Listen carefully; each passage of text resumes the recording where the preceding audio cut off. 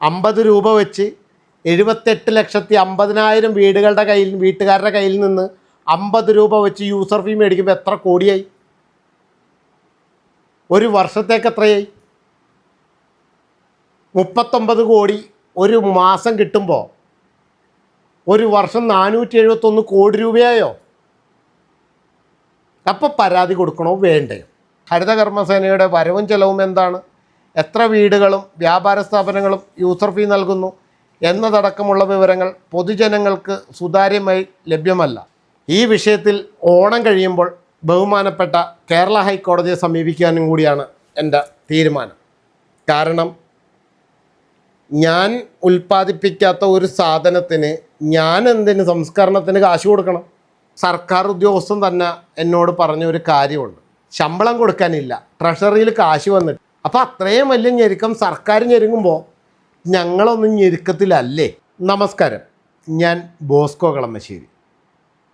കഴിഞ്ഞ സർക്കാരിൻ്റെ കാലത്ത് ഒരു പദ്ധതി കൊണ്ടുവന്നു, മാലിന്യ സംസ്കരണം.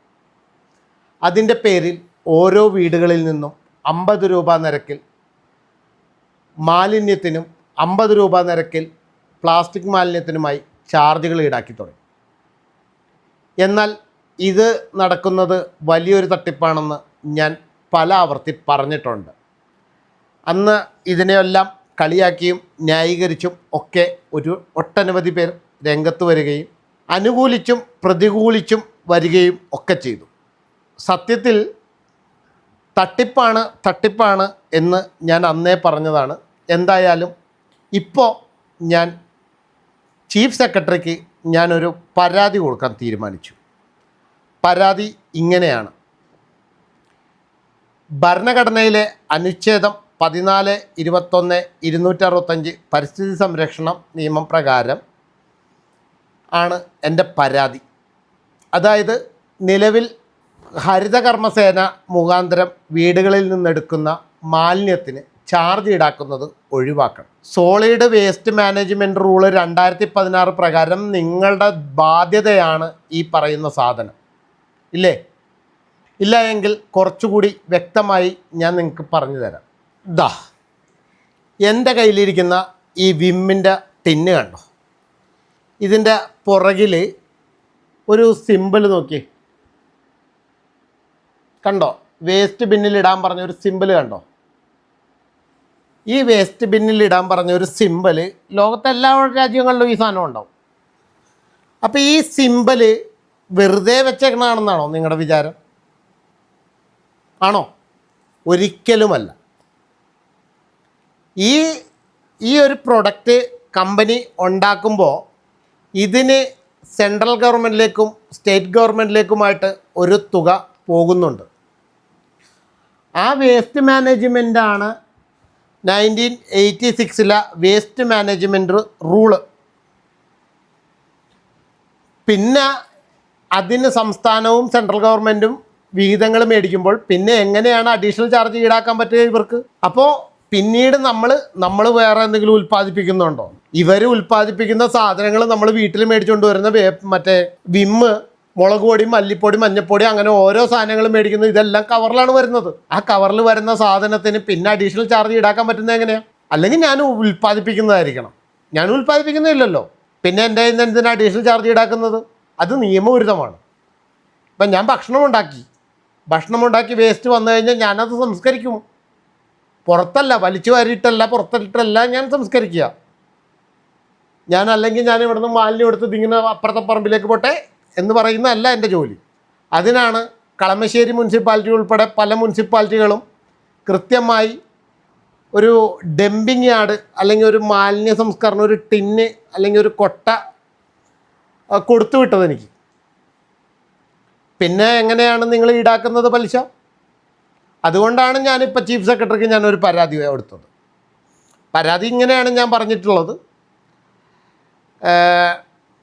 കേന്ദ്ര സർക്കാർ സ്വച്ഛ് ഭാരത് മിഷൻ പദ്ധതിയുടെ ഭാഗമായി മാലിന്യമുക്ത ഇന്ത്യ എന്ന ലക്ഷ്യത്തോടെ രാജ്യവ്യാപകമായി ശുചിത്വവും ശാസ്ത്രീയ മലിനീകരണ സംസ്കരണവും ഉറപ്പാക്കുന്നതിന് പദ്ധതി നടപ്പിലാക്കിയിട്ടുള്ളതാണ്.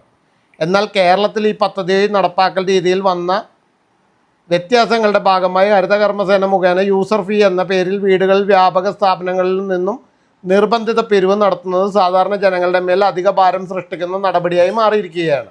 ഭരണഘടനയിലെ അനുച്ഛേദം 14 നിയമത്തിൻ്റെ മുൻപിൽ സമത്വം ഉറപ്പാക്കുന്നു. യൂസർ ഫീ അടച്ചില്ലെന്ന കാരണത്താൽ എനിക്ക് ലഭിക്കേണ്ട അടുക്കളയിൽ ഒരു കോഴി എന്ന പദ്ധതി ലഭിക്കണമെങ്കിൽ യൂസർ ഫീ അടച്ചാൽ മാത്രമേ ലഭിക്കൂ എന്ന വിശേഷം ആണ് നിലവിലുള്ളത്. ചില തദ്ദേശ സ്വയംഭരണ സ്ഥാപനങ്ങൾ കെട്ടിട നികുതിയോ വസ്തു നികുതിയോ സ്വീകരിക്കുന്നില്ലെന്ന പരാതി നിലനിൽക്കുമ്പോൾ സർക്കാർ ക്ഷേമ പദ്ധതികളും മറ്റ് ആനുകൂല്യങ്ങളും യൂസർ ഫീ അടച്ചില്ലെങ്കിലും നൽകുന്നത് സമത്വത്തിന് വിരുദ്ധമാണ്. ഭരണഘടനയിലെ അനുച്ഛേദം 21 ജീവിക്കാനുള്ള അവകാശം ഉറപ്പാക്കുന്നതോടൊപ്പം മാന്യമായി ജീവിക്കാനുള്ള അവകാശവും ഉൾക്കൊള്ളുന്നു. കൂടാതെ വിലക്കയറ്റവും തൊഴിലില്ലായ്മയും സാമ്പത്തിക പ്രതിസന്ധിയും നേരിടുന്ന അസാധാരണ കുടുംബങ്ങൾക്ക് അധിക യൂസർ ഫീ ചുമത്തുന്നത് മാന്യമായ ജീവിതാവകാശത്തെ ബാധിക്കുന്നതായി തോന്നുന്നു. ഭരണഘടനയിലെ അനുച്ഛേദം 265 പ്രകാരം നിയമപരമായ അധികാരമില്ലാതെ ഒരു നികുതിയോ പിരിവോ ഈടാക്കാൻ പാടില്ല എന്ന് ചട്ടത്തിലുണ്ട്. യൂസർ ഫീയുടെ നിയമപരമായ സ്വഭാവം, അതിൻ്റെ നിർബന്ധിതത്വം, പിരിവിൻ്റെ അധികാരം, അതിൻ്റെ വിനിയോഗം എന്നിവ സംബന്ധിച്ചത് വ്യക്തത പൊതുജനങ്ങൾക്ക് ലഭ്യമല്ലാത്ത സാഹചര്യത്തിൽ ഈ വിഷയത്തിൽ സർക്കാർ വിശദമായ പരിശോധന നടത്തേണ്ടതുണ്ട്. പരിസ്ഥിതി സംരക്ഷണ നിയമം 1986 അടിസ്ഥാനത്തിൽ കേന്ദ്ര സർക്കാർ പുറപ്പെടുവിച്ച സോളിഡ് വേസ്റ്റ് മാനേജ്മെൻറ്റ് റൂൾ 2016 പ്രകാരം മാലിന്യ സംസ്കരണം തദ്ദേശ സ്വയംഭരണ സ്ഥാപനങ്ങളുടെ ഉത്തരവാദിത്തമാണ്. അതോടൊപ്പം പ്ലാസ്റ്റിക് വേസ്റ്റ് മാനേജ്മെൻറ്റ് റൂള് 2016 ഉൾപ്പെടുത്തിയിരിക്കുന്ന എക്സ്റ്റൻഡഡ് പ്രൊഡ്യൂസർ റെസ്പോൺസിബിലിറ്റി EPR തത്വപ്രകാരം പ്ലാസ്റ്റിക് ഉൽപ്പന്നങ്ങൾ വിപണിയിലെത്തിക്കുന്ന ഉൽപ്പാദകരും ബ്രാൻഡ് ഉടമകളും അവരുടെ ഉൽപ്പന്നങ്ങളിൽ നിന്നുള്ള മാലിന്യങ്ങളുടെ ശേഖരണം, സംസ്കരണം, പുനരുപയോഗം എന്നിവയ്ക്ക് ഉത്തരവാദികളാണ്. ഈ നിയമവ്യവസ്ഥകൾ ശക്തമായി നടപ്പിലാക്കേണ്ടതിന് പകരം കേരളത്തിൽ പൊതുജനങ്ങളിൽ നിന്നുള്ള യൂസർ ഫീ മുഖേന സാമ്പത്തിക ഭാരം ഈടാക്കുന്നത് കേന്ദ്ര നിയമങ്ങളുടെ ആത്മാവിനും ലക്ഷ്യത്തിനും നിയമവിരുദ്ധമാണെന്ന ശക്തമായ ആശങ്ക ജനങ്ങളിൽ നിലനിൽക്കുന്നു.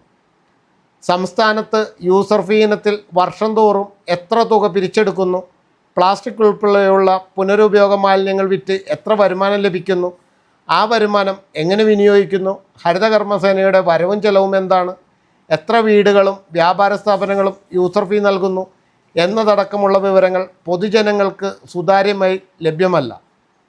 വിവരാവകാശ നിയമപ്രകാരം ലഭിച്ച മറുപടികളും സമ്പൂർണ്ണ സാമ്പത്തിക കണക്കുകൾ ലഭ്യമല്ലെന്നത് അതീവ ഗുരുതരമായ പൊതു താൽപ്പര്യ വിഷയമാണ്.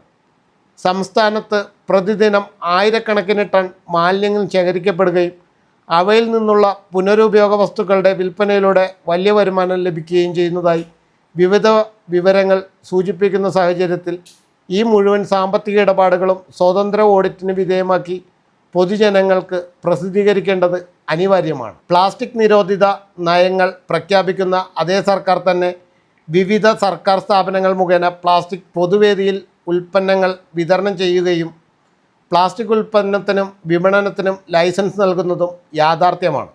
ഈ സാഹചര്യത്തിൽ പ്ലാസ്റ്റിക് മാലിന്യങ്ങളുടെ സംസ്കരണ ചെലവ് പൊതുജനങ്ങളിൽ നിന്ന് ഈടാക്കുന്നതിന് പകരം ഉൽപ്പാദകരിൽ നിന്നും ഈടാക്കുന്ന ശക്തമായ EPF സംവിധാനം നടപ്പിലാക്കുന്നതാണ് ശാസ്ത്രീയവും നിയുക്തിപരവുമായ സമീപനം.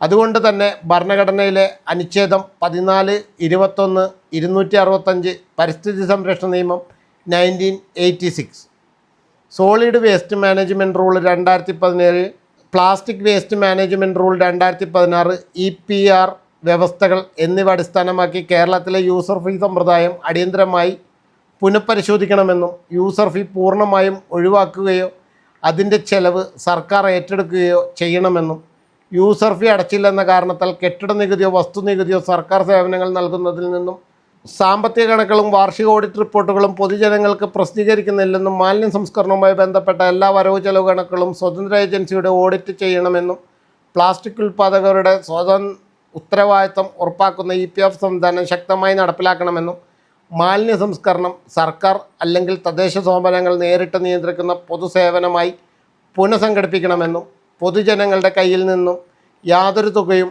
ഈടാക്കാതെ കേരളത്തിലെ മാലിന്യ സംസ്കരണ നയം പരിഷ്കരിക്കണമെന്നും വിനീതമായി അപേക്ഷിക്കുന്നു.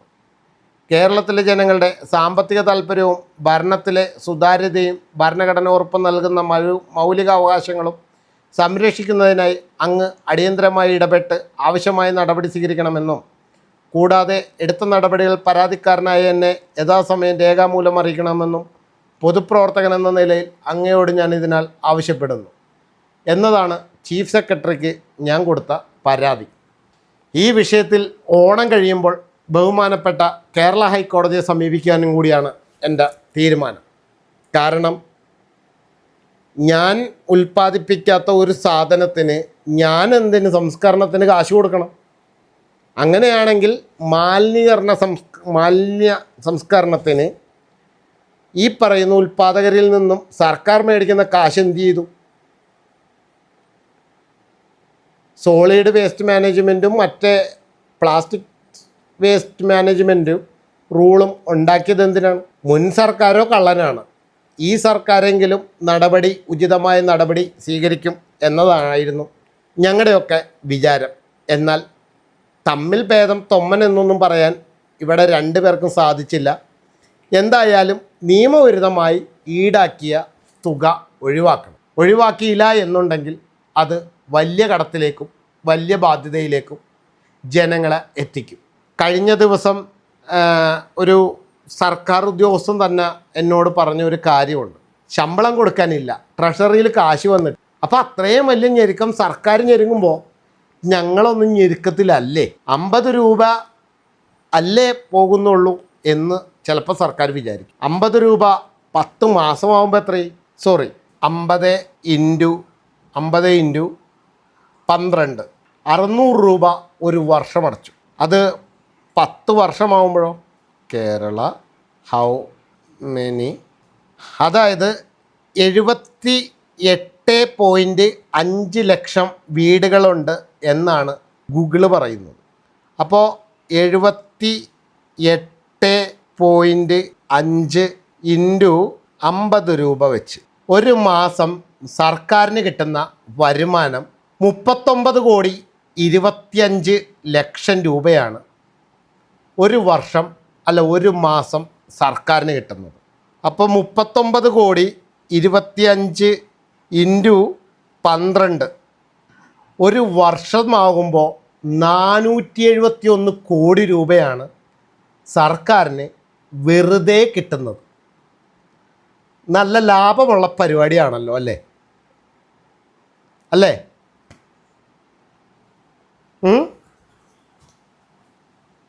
ഒരു നഷ്ടവുമില്ല.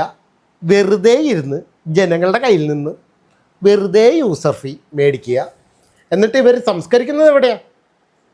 റോഡിൻ്റെ സൈഡുകളിൽ ഒരു ബോക്സ് അടിച്ച് കൂട്ടി അതിനകത്ത് കൂട്ടി വെക്കും. എന്നിട്ട് ഇവർ മറിച്ചു കൊടുക്കും. സുതാര്യ കേരളം, മറ്റേ കേരളം, മറിച്ചേ കേരളം എന്നൊക്കെ പറഞ്ഞ് ഓരോ പദ്ധതി ഉണ്ടാക്കി അവർ മുഖാന്തരം അവരുടെ കയ്യിൽ നിന്നും ലൈസൻസ് എടുത്ത് എനിക്കറിയാവുന്ന ഒരു മുനിസിപ്പാലിറ്റിയിൽ കഴിഞ്ഞ ഇലക്ഷന് മുൻപ് ഒരു 3.5 കോടിയുടെ മാലിന്യ സംസ്കരണവുമായി ബന്ധപ്പെട്ട് ഒരു തട്ടിപ്പ് നടന്നു കഴിഞ്ഞിട്ട് ഇലക്ഷൻ തൊട്ട് മുമ്പാണ്. ഇലക്ഷൻ ഫണ്ടിന് ഉപയോഗിച്ചു എന്നാണ് കണക്ക്. ഈ ഇലക്ഷൻ ഫണ്ടിന് ഉപയോഗിച്ച ഈ തുക ഇവർ പ്ലാസ്റ്റിക് മാലിന്യം എടുക്കുന്നതിന് ഇവർ കൊണ്ടുപോകുന്ന കാശ് 3.5 കോടി രൂപ ആ കക്ഷിക്ക് കൊടുത്തു. ആ മുനിസിപ്പാലിറ്റിയിൽ നിന്നും മാലിന്യം കൊണ്ടുപോയതിനാണ് 3.5 കോടി രൂപ അവർക്ക് കൊടുത്തത്. ഇനി അവർ അത് ഉപയോഗത്തിന്, അതായത് പുനരുപയോഗത്തിന് കൊടുത്തതിന് എത്ര രൂപ കിട്ടിയിട്ടുണ്ട്? അപ്പോൾ അത്രയും വലിയ കോടികളുടെ ഇടപാടുകൾ ഓരോ വർഷവും നടക്കുന്നുണ്ട്. എന്തായാലും 14 ജില്ലകളും ഒക്കെ ഉള്ളൂ. അതിൽ കൂടുതലില്ലാഞ്ഞത് ഭാഗ്യമായി, അല്ലെങ്കിൽ അതിൽ കൂടുതൽ കാശ് ജനങ്ങളുടെ കയ്യിൽ നിന്ന് പോയാനെ. എന്തായാലും ഇങ്ങനെയാണ് തട്ടിപ്പ് നടക്കുന്നത്.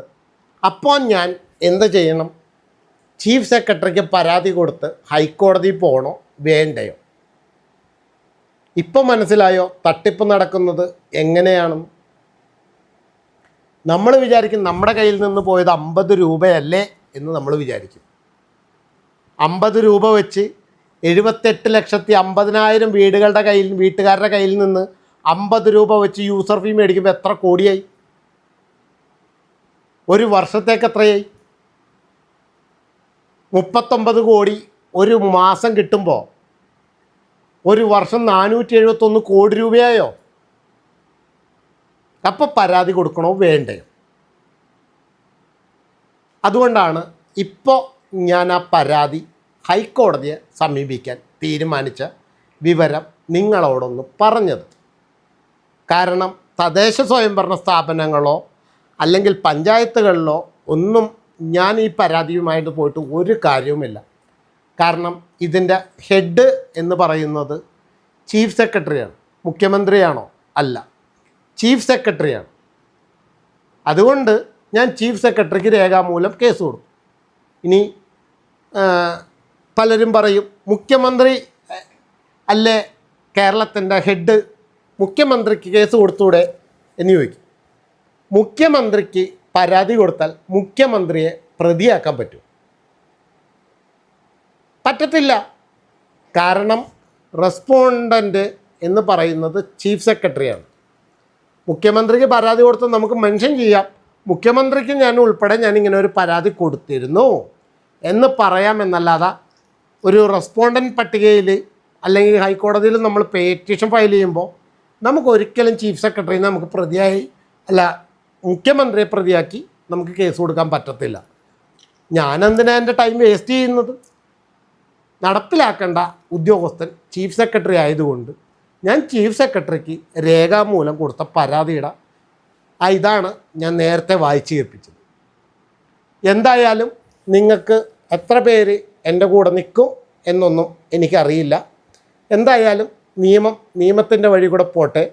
തട്ടിപ്പും വെട്ടിപ്പും നടത്തി ജനങ്ങളോട് മുണ്ട് മുറുക്കി കൊടുത്തോ എന്ന് പറഞ്ഞിട്ട് ജനങ്ങളെ തന്നെ കൊള്ളയടിക്കുന്ന നിലപാടുകളോട് എനിക്ക് യോജിപ്പില്ല എന്ന് പറഞ്ഞുകൊണ്ട് നിർത്തുന്നു. നന്ദി, നമസ്കാരം.